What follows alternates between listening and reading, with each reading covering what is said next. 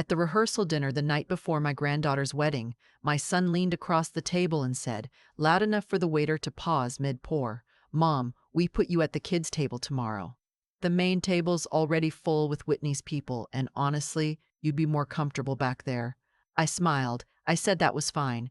He didn't know I'd written the check that paid for that ballroom, that florist, that string quartet, every last centerpiece.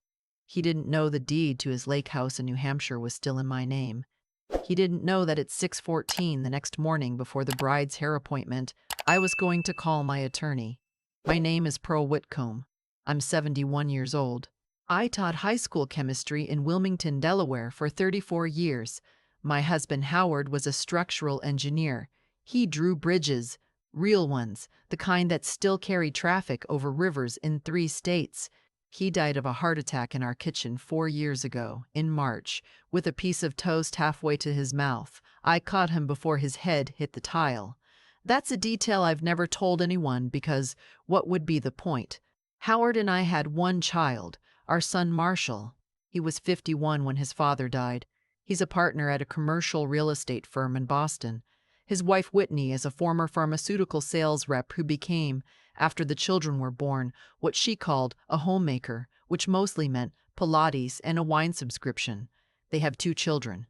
The older is Cassidy, 26, sweet and nervous, getting married this summer to a quiet boy named Owen who fixes vintage motorcycles in a shop outside Portsmouth. The younger is a boy, Bennett, 21, in his last year at Bowdoin. I tell you all this because you need to understand. I love them. I love them still, in a way I can't quite stop, the way you can't stop a faucet that's been running since before you can remember. The ask started about a year after Howard died. Small ones first. Marshall called one Sunday and said the boiler in the lake house was making a sound like a dying cow. Could I float them $8,000 for a new system? Of course, I said. Then it was Whitney's car, leased, but with some balloon payment they hadn't planned for, $12,000. Then Bennett's tuition shortfall after a financial aid recalculation, which turned out, when I looked at it carefully, not to be a shortfall at all, but a refusal to dip into their own savings. $21,000. Then Cassidy's graduate program at NYU, $18,000 for the deposit. Then Whitney's mother's funeral expenses, except Whitney's mother had been buried by Whitney's brother, who told me later awkwardly when I ran into him at a wedding in Bethesda that he hadn't seen a dime from his sister. I kept saying yes. Each time, Marshall said the same thing, almost word for word, "Mom, you're saving us. We'll get this back to you the second the Q3 numbers clear." Q3 never cleared. Q3 became Q4. Became next year, became a phrase that stopped meaning anything. In 2.5 years, I gave them $231,000.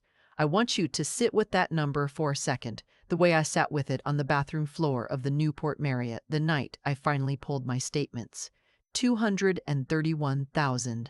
Howard had earned that money slowly, over decades, drawing bridges in a basement office with a lamp that flickered when the air conditioner kicked on. But I'm getting ahead of myself. Let me tell you about the rehearsal dinner. It was at a place called the Anchor House on the water in Newport, Rhode Island. Cassidy had picked it because she wanted something coastal and warm. Whitney had vetoed her first 3 choices because they weren't, and I quote, elevated enough. When Cassidy called me crying about it back in February, I'd offered to step in financially so she could have what she wanted. The Anchor House had been the compromise. I hadn't realized then that "I'll cover the difference, sweetheart" would, by the time the dust settled, mean writing a check for the entire venue, the band, the catering upgrade, the floral redesign, and the hair and makeup trailer Whitney had decided was non-negotiable. $68,000. I have the invoices. I have the email where Whitney wrote, and I'm not paraphrasing, "Pearl, since you offered, can you just handle the whole thing? It's so much easier than splitting it." I drove up from Wilmington 2 days early because I wanted to take Cassidy out for a quiet lunch before everything got loud. We went to a little place on Thames Street that did lobster rolls. She ordered iced tea and pushed her food around. She told me she was scared. I asked of what. She said, of becoming her. She meant her mother. I held her hand across the table and told her she was nothing like Whitney, that she had Howard's quiet, that I'd watched her since she was 4, and she'd always been her own person. She cried a little. I paid the check. We walked along the harbor. That was Thursday. Friday afternoon was the rehearsal.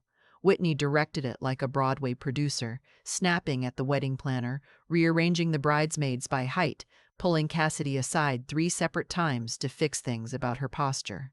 Marshall stood off to the side checking his phone. I kept my mouth shut. I'd learned, by then, that any contribution from me was treated as interference. The dinner that night was at the Inker House itself, in a private room overlooking the bay. 40 people. Owen's parents, who were lovely, both retired teachers from Maine. A few of Cassidy's college friends. Whitney's social circle from Boston, all of them in a uniform of cream and a crew that I couldn't tell apart. I'd worn navy. I'd had my hair set that morning. I came in a few minutes late because the elevator was slow. The seating cards were already on the tables. I scanned the main table, the long one in the center with the gold candlesticks I paid for, looking for my name. It wasn't there. I looked at the second table. Not there either. A young woman in a black headset finally walked over and pointed me toward a small round table near the kitchen door, where 2 of Cassidy's college friends and Owen's teenage cousin were already seated. The cousin, sweet boy, stood up to pull out my chair. I sat. I said hello. I asked the young man what he was studying. He said marine biology. I told him my late husband had loved the ocean. We started a conversation. The kitchen door swung open every 90 seconds with a draft of garlic and clatter. After the salads were cleared, Marshall came over. He crouched down next to my chair like you do with a child who scraped a knee. He put his hand on my shoulder. "Mom," he said, "we've put you at the kids' table tomorrow, too. The main table's already full with Whitney's people, and honestly, you'd be more comfortable back there. Less stimulation, you know. Big day." I looked at him. I have to tell you, in that second, I saw him at 6 years old, at the kitchen table, refusing to eat green beans, telling me he'd run away if I made him. I saw him at 16, the night he wrecked Howard's Buick, and I drove out to the police station in my nightgown and a coat. I saw him at 34, calling me from the hospital when Cassidy was born, sobbing because he was so happy. I saw all of him, every layer, and underneath all of it I saw a man who, somewhere along the way, had decided I was an embarrassment to be managed. "That's fine, honey," I said. "Whatever's easiest." He squeezed my shoulder. He went back to his table. I finished my dinner. I made polite conversation with the marine biology cousin. When the speeches started, I clapped at the right places.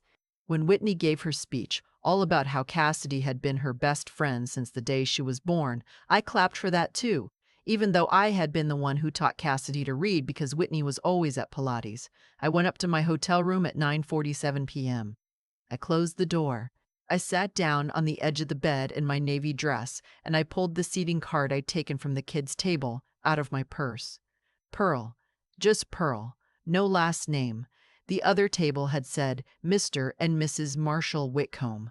Whitney's parents, deceased, had still been listed on the master plan I'd seen in February as Mr. and Mrs. Donald Hartley. I sat there for I don't know how long, maybe an hour. The window was open and I could hear someone laughing on the dock below. I thought about Howard. I thought about what he would say if he were here. He had been a quiet man, my Howard, but he had a thing he used to do when somebody disrespected me, which was rare, but it happened. He would set down whatever he was holding very carefully, and he would say, "Well, that's interesting," and then he would do something about it. I picked up my phone. I scrolled to a contact I hadn't called in 2 years. Henrietta Vale. She'd been the school district's outside counsel for the last 15 years of my career. We'd become friends after she handled a contract dispute for me. She was 73, retired now to a house outside Annapolis with her wife and 3 rescue greyhounds. She answered on the 3rd ring, even though it was past 10. "Pearl? N, I'm sorry to call so late." "It's fine. What's wrong?" I told her all of it. The asks, the totals, the wedding, the seating card, the lake house, the deed, all of it. I talked for 40 minutes. She didn't interrupt once. When I finished, she said, "Okay, I want you to do 3 things tonight. Are you writing this down? I grabbed the hotel pad. 1. Do not say anything to anyone tomorrow. Smile through the wedding. Be charming. Eat the cake. You are gathering. You are not confronting. 2. Tonight before you go to sleep, I want you to log into your bank and your brokerage and your retirement, and I want you to take screenshots of every account balance and every recent transfer to Marshall and Whitney for the last 3 years. Don't move money yet. We'll do that Monday with my friend at her firm in Hartford. 3. The deed. Tell me again.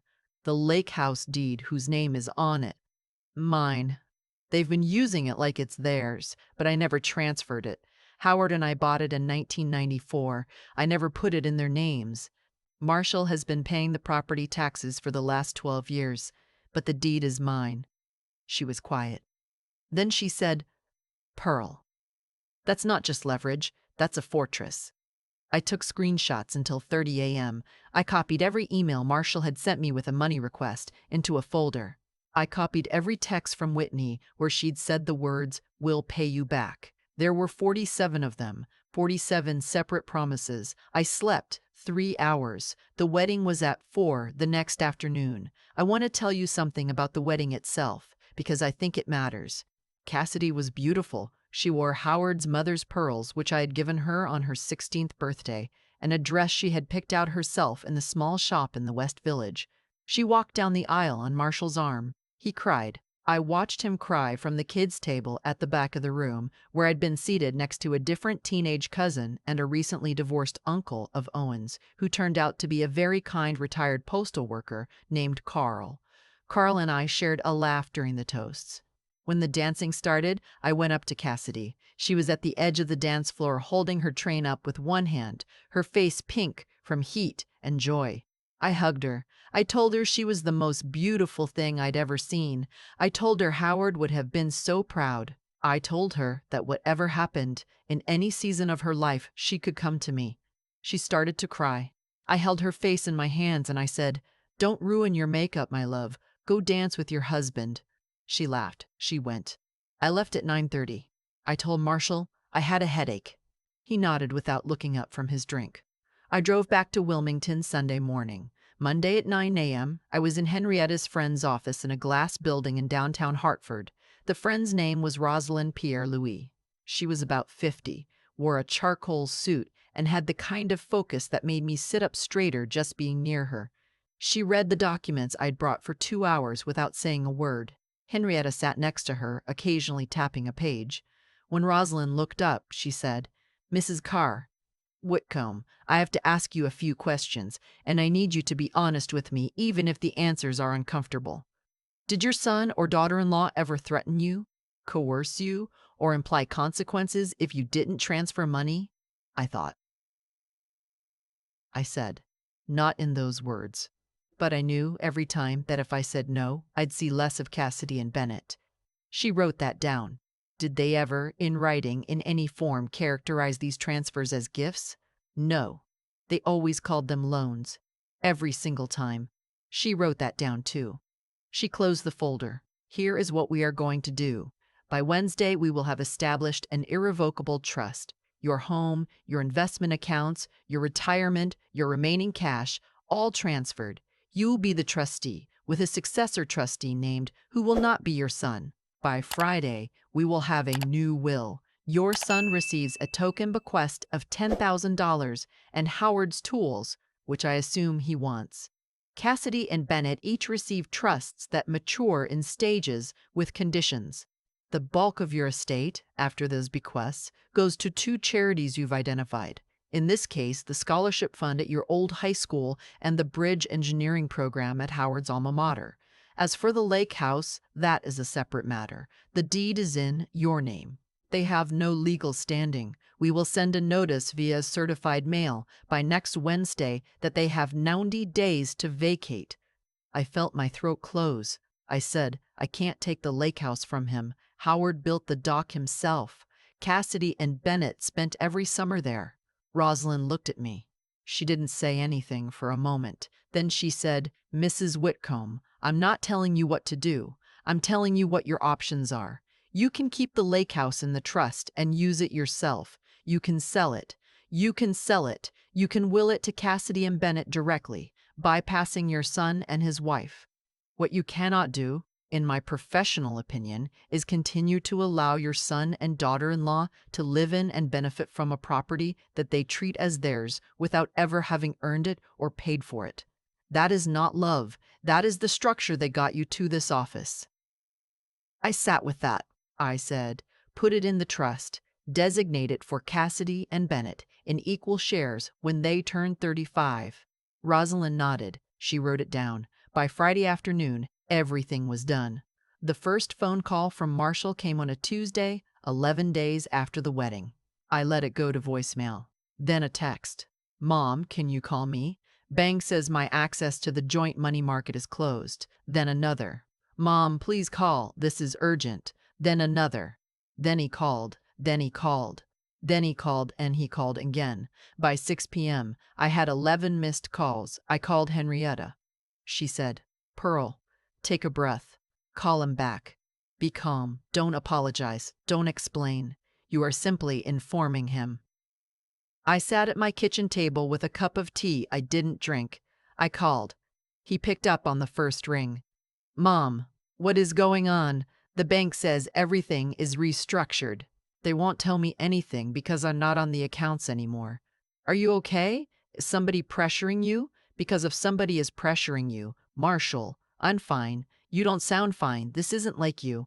I almost laughed. What is like me exactly? Mom, don't be like this. Just tell me what happened. Did somebody at the wedding say something to you? That stopped me. He thought a stranger had whispered in my ear. He could not conceive that I had eyes of my own.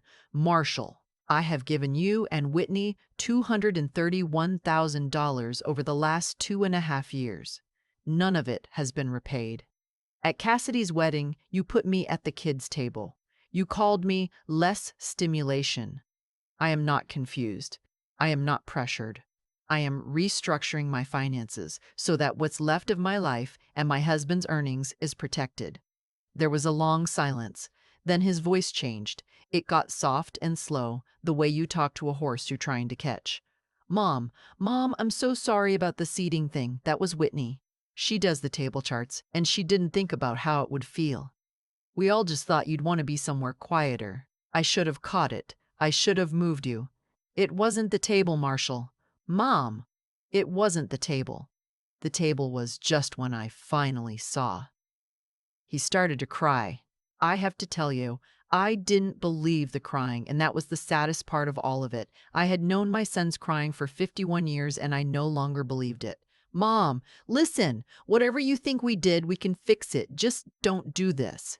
Don't just unilaterally. I'm not unilaterally doing anything. I'm managing my own affairs, the same way you and Whitney manage yours. He was quiet. Then, in a voice I didn't recognize, he said, Mom, I'm worried about you.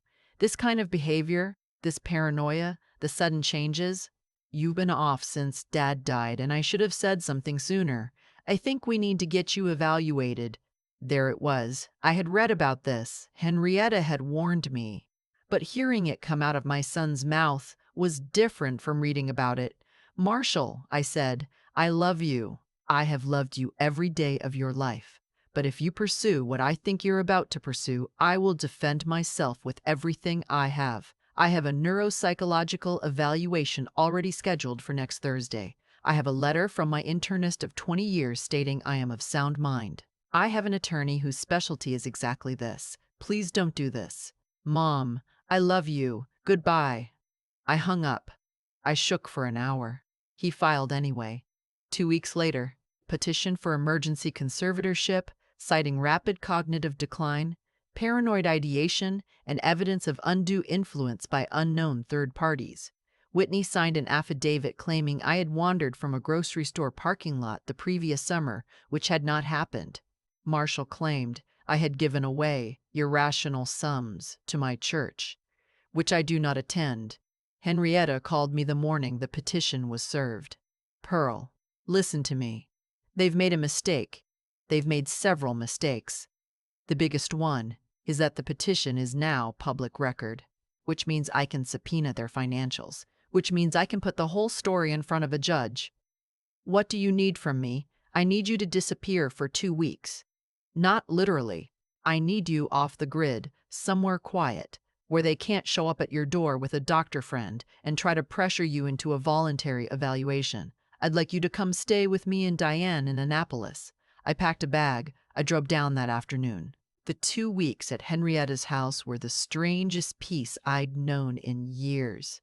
Diane made bread. The greyhounds, 3 of them, Bertie and Sugar, and a neurotic one named Mr. Smith, slept in piles around my feet. I read Wendell Berry on the back porch. Henrietta worked on my case at the kitchen table, surrounded by yellow legal pads. The hearing was set for the second Tuesday of August in a courthouse in Wilmington, Delaware, because that was my legal residence. The judge was a woman named the Honorable Myrelle Antoine in her early 60s who had been a public defender for 20 years before going to the bench. Henrietta knew her socially. She does not suffer fools, Henrietta told me on the drive up, and she does not suffer adult children who try to seize their parents' assets. Pearl, this judge, she is going to look at your son, and she is going to know. The courtroom was small. Marshall and Whitney sat with their attorney, a Boston man in an expensive suit who kept clearing his throat. Cassidy was there in the back row. I almost broke when I saw her. She had driven down from Boston without telling her parents. She caught my eye and put her hand over her heart. Marshall's lawyer went first. He was good, I'll give him that. He painted a picture of a confused, isolated widow, recently bereaved, prone to impulsive financial decisions, who had cut off her loving family. He cited the closed accounts, the new will, the eviction notice on the lake house. He called it alarming. He called it a pattern of decline. When he finished, Henrietta stood up. She walked to the podium with one folder. Your Honor, I'd like to enter into evidence, Exhibits A through M, 47 text messages from Whitney Whitcomb to my client, each containing the phrase, "will pay you back," or some close variation. Bank records showing $231,000 in transfers from my client to her son and his wife over 31 months. Repayment received in that period, 0. I'd also like to enter into evidence the invoices for Cassidy Whitcomb's wedding, totaling $68,000, paid in full by my client, and a seating card from the rehearsal dinner, which my client kept, indicating she was placed at the children's table. The judge took the folder. Furthermore, Your Honor, I have here a neuropsychological evaluation conducted 3 weeks ago by Dr. Tom Amadou Ba, a board-certified specialist with 35 years of experience. Dr. Ba's conclusion: Mrs. Whitcomb demonstrates cognitive function in the 98th percentile for her age cohort. There is no evidence whatsoever of impairment, decline, or undue influence. The Boston lawyer started to stand. I'm not finished, Henrietta said, without looking at him. Finally, Your Honor, I'd like to enter into evidence of financial subpoena response from the petitioner's bank. In the same 31 months that my client transferred $231,000 to the petitioners spent $41,000 at one country club, took 3 vacations totaling $38,000, and made a down payment of $72,000 on a Range Rover. They were not in financial distress. They were running a long con on a grieving widow. The Boston lawyer objected. The judge waved him off. When Whitney took the stand, Henrietta dismantled her in 12 minutes. The 47 texts, the lies about the funeral, the seating card. By the end, Whitney was crying real tears, but they came too late and the judge's face never moved. When Marshall took the stand, Henrietta asked him only 3 questions. Mr. Whitcomb, when was your mother's birthday last year? He hesitated. March. What date in March? He didn't know. Mr. Whitcomb, when was the last time prior to filing this petition that you visited your mother's home in Wilmington? He thought. He said, Christmas, 2 years ago. Mr. Whitcomb, at your daughter's rehearsal dinner, who paid for the venue? He said very quietly, my mother. Judge Antoine ruled from the bench. Petition denied. Mrs. Whitcomb is clearly competent. I find this petition to be without merit, and frankly, Mr. and Mrs. Whitcomb, I find it offensive. You came to my courtroom today asking me to give you control of your mother's life because she had the audacity to stop funding yours. I will not.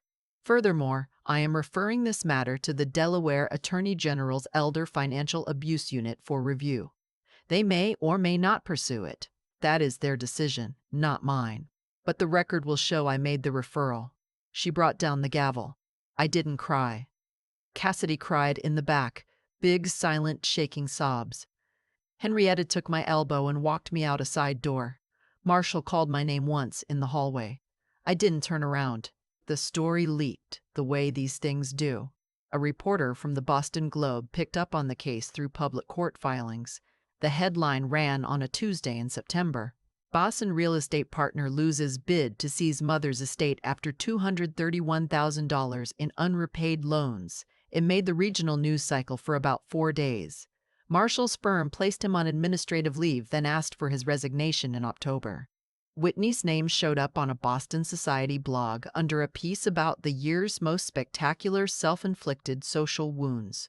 They sold the Boston house in November. They moved to a rental in a town outside of Worcester. Whitney took a job at a boutique in a strip mall. I learned this from Cassidy, who started calling me twice a week. The Delaware AG's office, to my surprise, did open a file.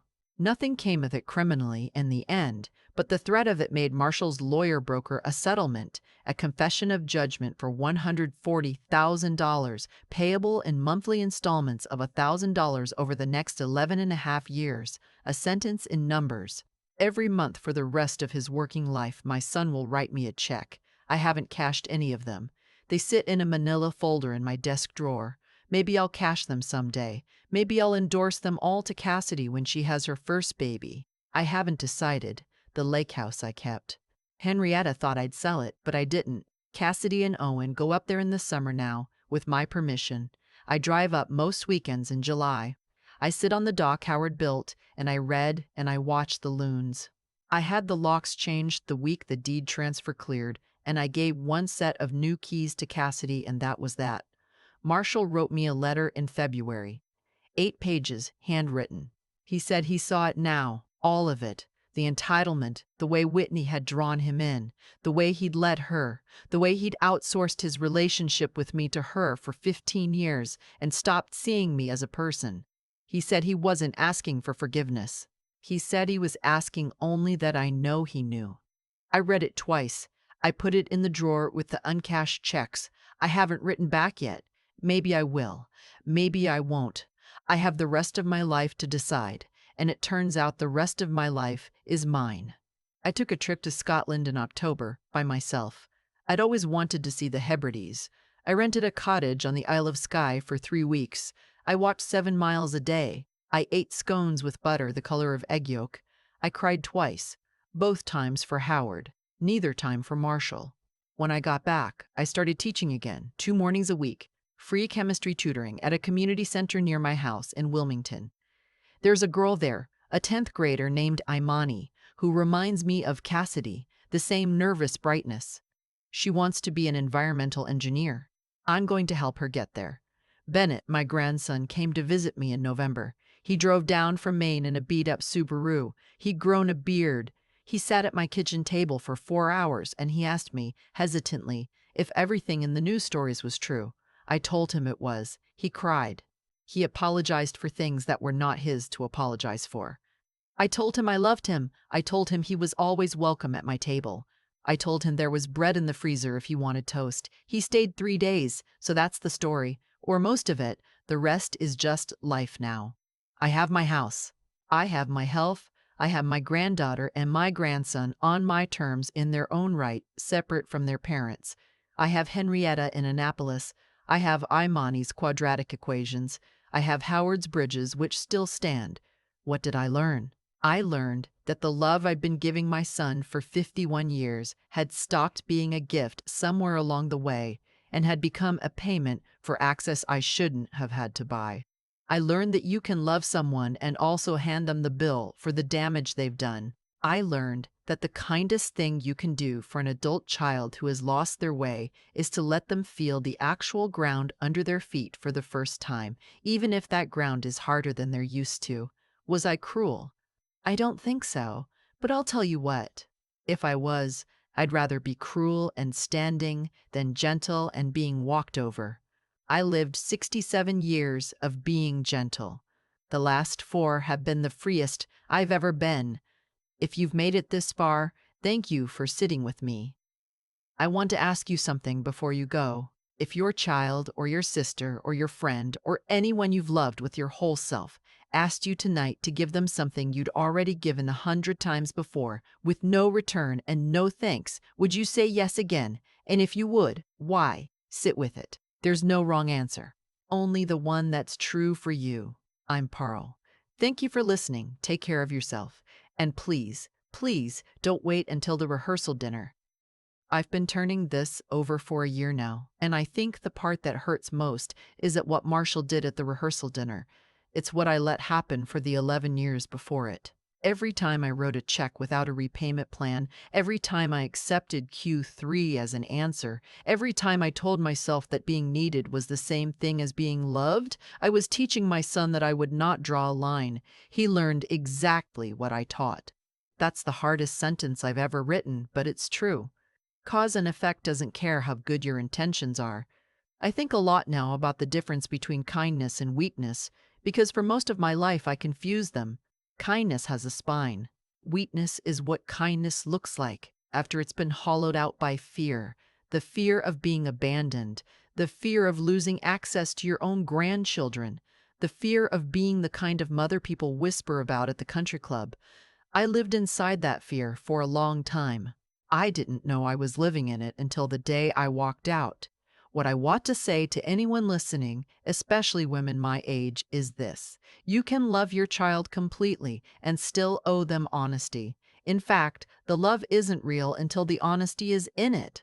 When I kept saying yes to Marshall, I wasn't loving him. I was protecting myself from the discomfort of saying no and calling that protection love. He could feel the difference. Whitney could feel the difference. Whitney could feel it too. That's why she escalated. People who are being indulged always escalate, because indulgence creates a hunger that can't be satisfied. The seating card at that rehearsal dinner wasn't a sudden cruelty. It was the natural endpoint of a road I'd helped pave.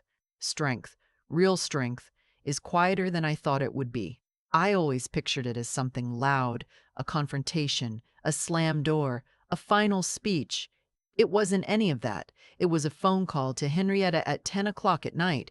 It was screenshots taken at 1 in the morning in a hotel room in Navy Hose. It was sitting in Rosalind's office on a Monday morning and not flinching when she told me to put the lake house in the trust. Strength is the 100 small choices you make to stop participating in your own erasure. I'll leave you with the thing I tell Imani, my tutoring student, when she gets a problem wrong and wants to give up. I tell her the work is in the next step, not the last one, not the one you wish you'd taken 3 steps ago. The next one. Whatever yours is tonight, whether it's a hard conversation, a closed account, a letter you've been afraid to write, take it. You don't owe anyone unlimited access to your softness. You owe yourself a life where the love you give comes back in a form you can recognize. That's not selfishness. That's the bare minimum for staying whole.